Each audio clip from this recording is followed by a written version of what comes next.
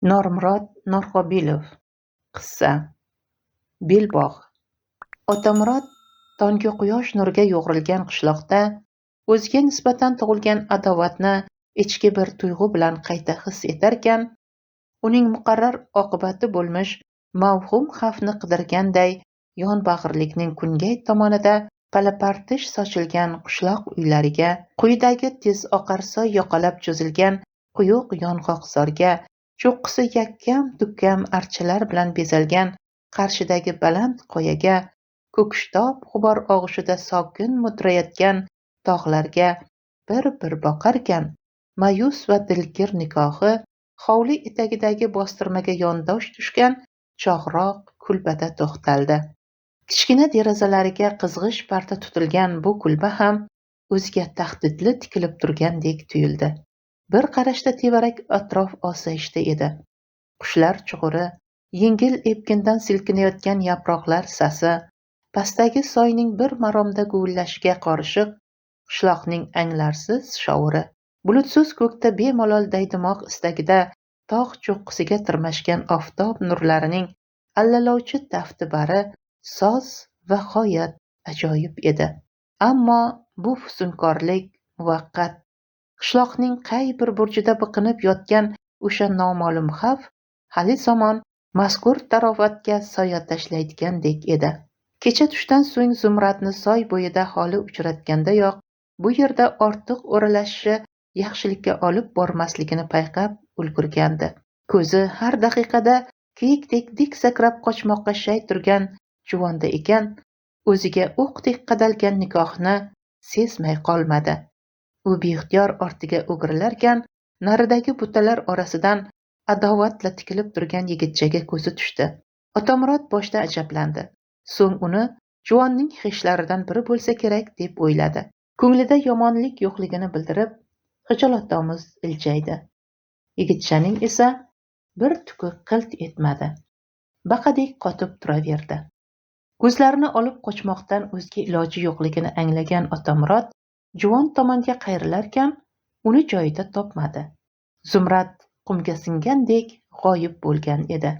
Ammo keyin deya shivirlashi quloqlari ostida qolgandi. U juvonni qidirib, yong'oqzor bag'riga singan so'qmoqqa, yuqoriga o'rlagan tor yo'lakka alang-jalang boqarkan, tirik insonga emas, ro'yaga duch kelgandek his qildi o'zini. Bu yetmagandek, butalar orasidagi yigitcha ham ko'rinmas, xilvat bu go'shada yolg'iz o'zi qolgandi. Alamdan g'udranib so'kindi. Yovvoyilar. Axir u ayni shu daqiqani qanchalik intiqlik bilan kutmadi. Bir parcha maktub orqali bildirilgan ko'ngil izhoriga javob olmoqchi edi xolos. Maktubni shahardan atay keltirgan sovg'a salomlari orasiga qistirib uzatgandi. Gapni uzoq-uzoqlardan boshlamay, yarali ko'ksimga tog' chechagini taqmoqchiman. Shunga siz nima deysiz deya maqsadini ochiq bayon etgandi. Va shundan beri juvonning og'zini poylaydi. Aksiga olib, u tutqich beray demasdi. Oshiqmay turing deganga o'xshash sirli va iltijoli qarashdan nariga o'tmasdi. U alami kelib, duch kelgan toshlardan biriga cho'kdi. Tor yo'lakdan o'zi tomon enayotgan juvonning otasi Sardor cholga ko'zi tushdi. Alami g'azabga aylandi. Bular har bir qadamimni poylashyapti shekilli. Ammo bu narsa cholning hurmatiga o'rnidan qo'zg'olmog'iga monelik qilmadi. Sardor chol yelkasida o'roq, xushhol kulimsiradi. Qo'ylarga picha o't o'ray deb tushuvdim. Otamurod jilmaygan kishi bo'ldi. Shu topda ko'ngliga chiroq yoqsa yorishmas, cholning qarshisiga kelib cho'kkalashidan esa battar g'ashi keldi. Biroq buni bildirib bo'lmasdi. Chol uy egasi. Boz ustiga, yo'q, qizimni uzoqqa bermayman deb tursa, nima ham qilardi? Negaki bu yer shahar emas, tog'liklarning o'z fe'li, o'z tutumi bor. Ayrim qarashlari-ku hech bir o'lchamga sig'maydi. Sardor chol yigitga sinchkov nazar tashlarkan, cho'ntagidan nosqovog'ini qidira-qidira negadir jo'shib oqayotgan soyga bir muddat tikilib qoldi. So'ng esa o'roq sirti bilan gardanini qashlay-qashlay uzundan uzun bir rivoyatni so'zlamoqqa boshladi. Yigitning tushungani shu bo'ldiki, bir zamonlar bu qishloqni yov bosibdi. Qishloq erkaklari dushman qo'liga tushmasligi uchun bola baqirayu qiz juvonlarni quturib oqayotgan mana shu soyga cho'ktirib, o'zlari tengsiz jangda halok bo'lgan ekan. U zamonlarda tog'da qor mo'l, soyda suv serob, tomday toshlarni xuddi xasday oqizib ketarkan. Hozir ham shiddati yomon emas. Tushgan odamning tirik qolishi gumon emish.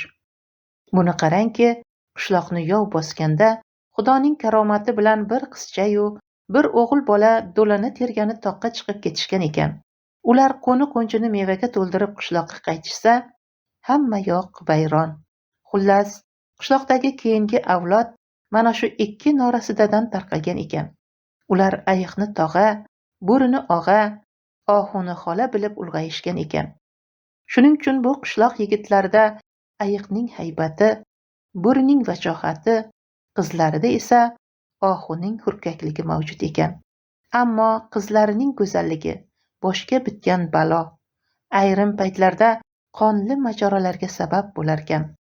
Chol shularni hikoya qilarkan, so'ng o'zini bu qishloqqa begonaligini, ayoli esa asli shu yerlik ekanligini qistirib o'tdi. Yigitning ajablanib qarab qo'yganligini sezgach esa, keyingi jumlani shoshqaloq bir tarzda ifoda etdi. Lekin men bu yerga xotin deb kelmaganman. Tarixi uzun buning. Otamurod kosa tagidagi nimkosani ilg'asa-da, bu bilan nimaga shama qilyapsiz degan ma'noda iddaoli qarash qildi. Biroq Sardor cholning o'tkir nigohiga bardosh berolmay, ko'zlarini olib qochdi. So'ng yer ostidan uning yelkasidagi o'roqqa rasm soldi. Qizi haqida gap ochsam, o'rog'i bilan tushirib qolsa kerak degan o'yga bordi. Shunda yuragi tubidan qaysar bir tuyg'u birdan bosh ko'tardi. Ko'nglimga tushov solmoqqa hech kimning haqqi yo'q. Agar oshiq ko'ngilni anglayolmas ekanlar, mayli. Ayiqdayin g'ijimlasinlar, bo'riday g'ajisinlar. Bular toqqa xo'jayin, ko'nglimga emas. Bu safar cholga tik qaradi. Biroq endi cholning nigohi odatdagidek muloyim tortgan, mezbonligi esiga tushganday odob bilan boqardi. Shunga qaramay, ko'zlari tubidan hanuz sovuq bir ifoda arimagan. Salgina nojo'ya so'zdan bu narsa adadsiz qahrga aylanishi mumkindek edi. Otamurod hovli o'rtasida tik qotgancha tobora ko'tarilayotgan tonggi oftob nuridan husnkor tus olayotgan tog'u toshlarga dilgir nazar tashlarkan, ortidagi sharpani ilg'asa-da, qayrilmadi. Qayrilmasa-da, neligini yaxshi biladi. Chol obdastani hozirlamoqda. Kampiri esa u hozirgina tark etgan o'rinni yig'ish bilan band. Har safar shu. Uyg'onib tashqariga chiqishi bilan chol obdastaga unnaydi, kampiri to'shagini yig'ishtirishga tushadi. Betni chaying, mehmon. Yigit yuz qo'lini naridan beri yuvarkan, orada hadiklanib cholning aftiga boqdi. Undan adovat alomatlarini qidirdi. Yo'q, Sardor cholning qarashlari muloyim, hatto bir qadar mehrli edi. Bundan yigitning ko'ngli andek taskin topib, yana hovli etagidagi eshik derazalari yopiq kulba tomon qaradi. Qizingiz ko'rinmaydi, deb so'ragisi keldi. Botinmadi. Ichi qizib ketayotgan esa-da so'rayolmadi. Biladiki, tashrifi qishloq yigitlariga malol kelganidek, so'rovi cholga yoqmaydi. U ko'p yurimli odam sifatida kechayoq shuni vahimlab yetgandiki, bu qishloqning yigitlari ancha chatoq. Ular boshi ochiq ayoli tugul, qo'tir itiga daxl qildirmaydi. Bu xil tuyg'u Otamurodga begona emas edi. Oqshomlardan birida yon qo'shnisi xudojo'y bir kampir erkak zotidan nolib qoldi. Dediki, mahallada haqiqiy erkak qolmadi. Agar bor bo'lganida mahallani nahs bostirib, bo'ytiblar qarab o'tirishmasdi. Otamurod mahallada yangi edi. Ko'pchilikni yaxshi tanimasdi. Ammo kampirning gaplarini o'ziga oldi. Yomg'irli tunlarning birida qarshidagi tul ayolning darvozasiga tirg'algan notanish kimsaning yo'liga ko'ndalang bo'ldi. Bunisi eshigingni och, deya xiralik qilardi. Unisi yo noz qilardi, yo arazli edi.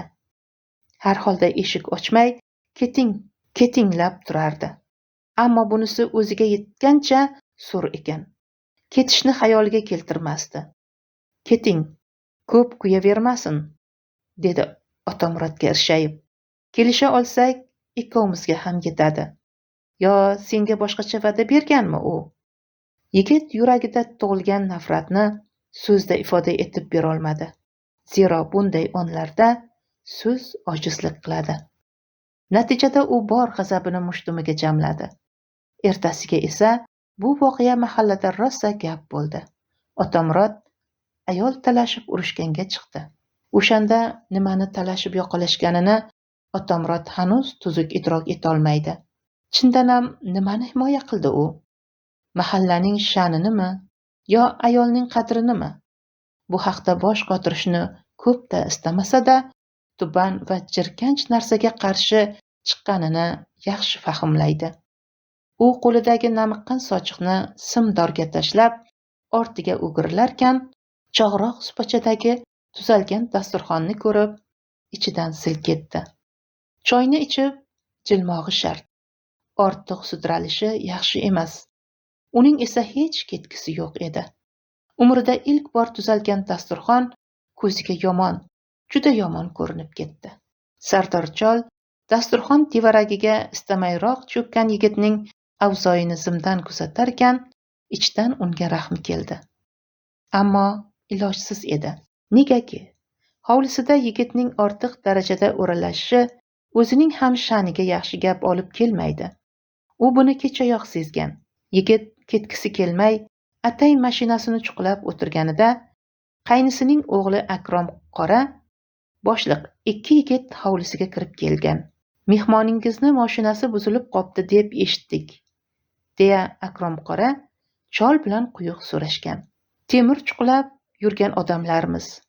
Yordamimiz tegib qolar deb kelaverdik, dedi ikkinchisi. Uchinchisi lom-lim demagan. Qalin qoshlari ostidan o'qrayib qarab qo'yish bilan cheklangan. Uch yigit hash-pash deguncha mashinani sozlashgan. Kameraga yel berib, atay uzilgan simlarni ulashgan va mashina o't olgan. Endi sizga oq yo'l, mehmon, degan Akrom qora. Kurakdek kaftini yigitga uzatib. Qichab haydasangiz, qorong'u tushmay dovondan o'tib olishingiz mumkin, degan ikkinchisi. Uchinchisi xo'mrayib qarab qo'ya qolgan. Ammo bu hol cholning hamiyatiga qattiq tekkan. Har holda mehmon uniki. Bir qizini eplab himoya qilishga hali quvvati yetadi. Ikkinchidan esa mehmon yigit hali biror shubhali xatti-harakatga yo'l qo'yganicha yo'q. Shuning uchun dovon yo'lining nobobligini bahona qilib, yigitning ketmog'iga izn bermadi. Bugun kech. Ertan yo'lga chiqarsiz, dedi. Unda mehmonni biznikiga olib o'ting, pochcha. Qo'zi so'yganman, dedi Akrom qora. O'lganining kunidan iljayib. Bahonada gurunglashib o'tiramiz, dedi ikkinchisi. Uchinchisining chehrasi battar tundlashdi. Yigitlarning bemavrid ko'magidan ichdan ensasi qotgan Otamurod cholning gapidan so'ng tezgina motorni o'chirdi. Odob yuzasidan yigitlarga rahmat aytgan bo'ldi. Chol esa miyig'ida jilmayadi. Ko'mak bahonasida seni qishloqdan haydamoqchi edi.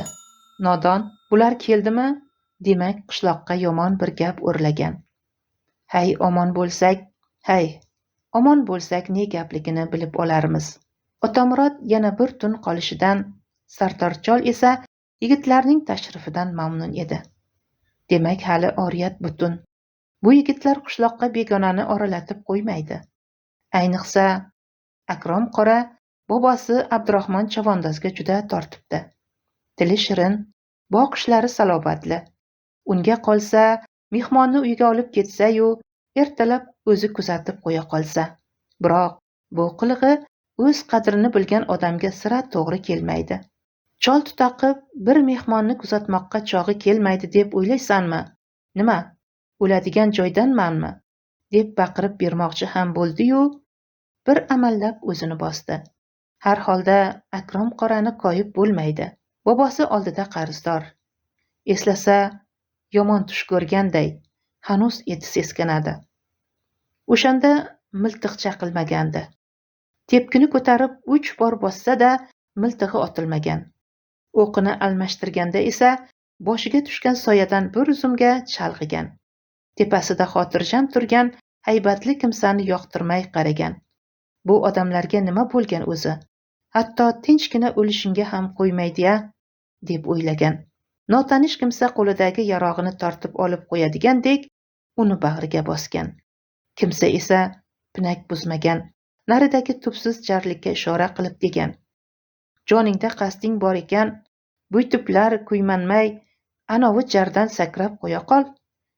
Eting suyagingga aralashib, osongina jon berasan." Sardor miltig'ini mahkam bag'riga bosgancha turavergan. Nima ham desin? Kimsa esa qo'lidagi qamchi dastasi bilan iyagini qashlay unga boshdan oyoq razm solarkan, shafqatdan yiroq ohangda so'ragan: "Boshingga ne musibat tushdiki, buytiblar ovloq joyda o'lmoq istab qopsan? Shu odamzoddan ko'ngil qolgan amaki." Chatoq. Kimsa bosh chayqadi, lekin harakatida achinish sezilmaydi.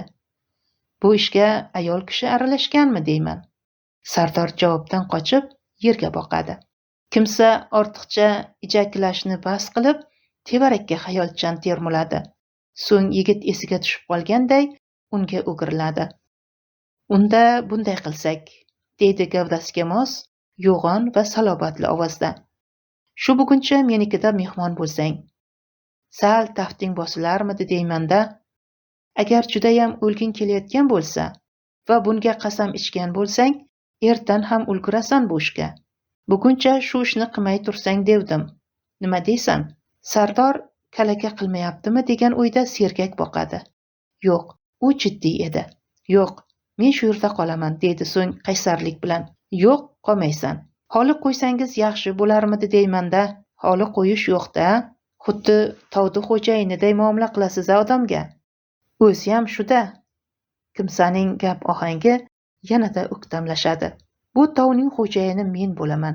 Anavi qor bosgan cho'qqilar ham menga qarashli. Ishqilib ko'zing nimaiki ilg'asa, bari meniki. O'lmoqni evini qilolmadingmi? Izimdan yurasan-da endi. Ammo lekin dunyodagi hech bir ish o'lmoqqa arzimaydi. Mabodo odam o'ldirib qochib-pochib yurgan bo'lsang, hukumatga o'zim olib borib topshiraman seni. O'ldirmoqchi edim, o'ldirolmadim. Unda o'zingni ham o'ldirma. Ko'ksim kuyib ketyapti-da, g'amga tering yupqalik qilibdi-da. Odam bolasini ko'rarga ko'zim yo'g'u, siz g'am deysiz. Unda darding og'ir ekan, kimsa xo'rsingan bo'ladi. Men jiydalik Abdurahmon chavandoz bo'laman. Eshitgan chiqarsan. Aytgancha, o'zing qaysi qishloqdansan? Bevatanman. Qishlog'im bor edi, endi yo'q. Nima, ko'chki tagida qoldimi qishlog'ing? Undan battari. Chindan ham g'aming qattiq ekan. Turib ketdik. Unga qanday ergashdi o'zi ham bilmaydi. Abdurahmon chavandoz ne voqea yuz berganini ortiq surishtirmadi. Darvoqe so'ragan taqdirda aytishga tili ham bormasdi. O'sha tunda yuz bergan voqea xotirasida abadiy saqlanib qolgan. Eslasa, hozir ham yuragi simillab ketadi.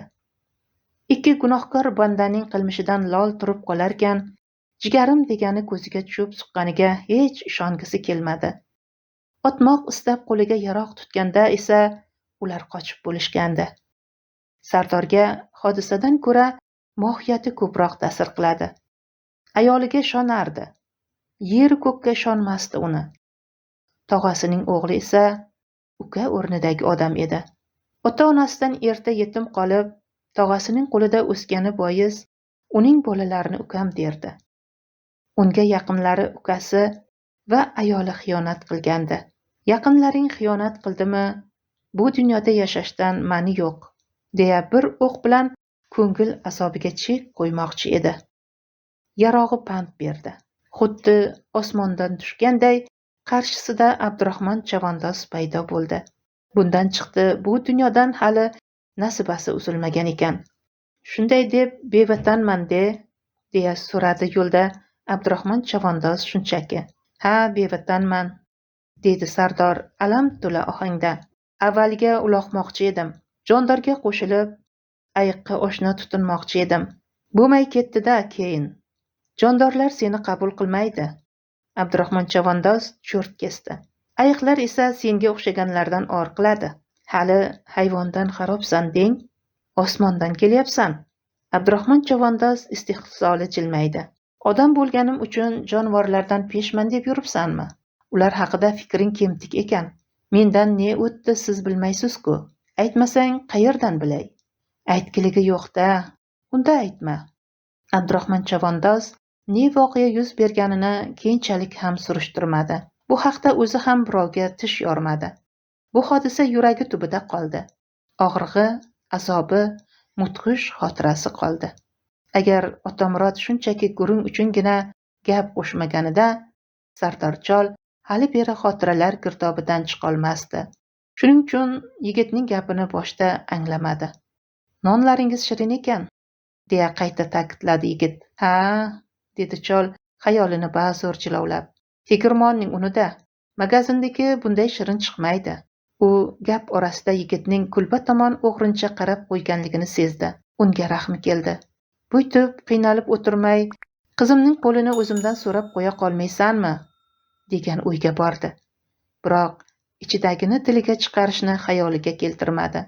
Bu shunchaki o'y edi va har qanday o'y ham so'zda o'z ifodasini topavermaydi.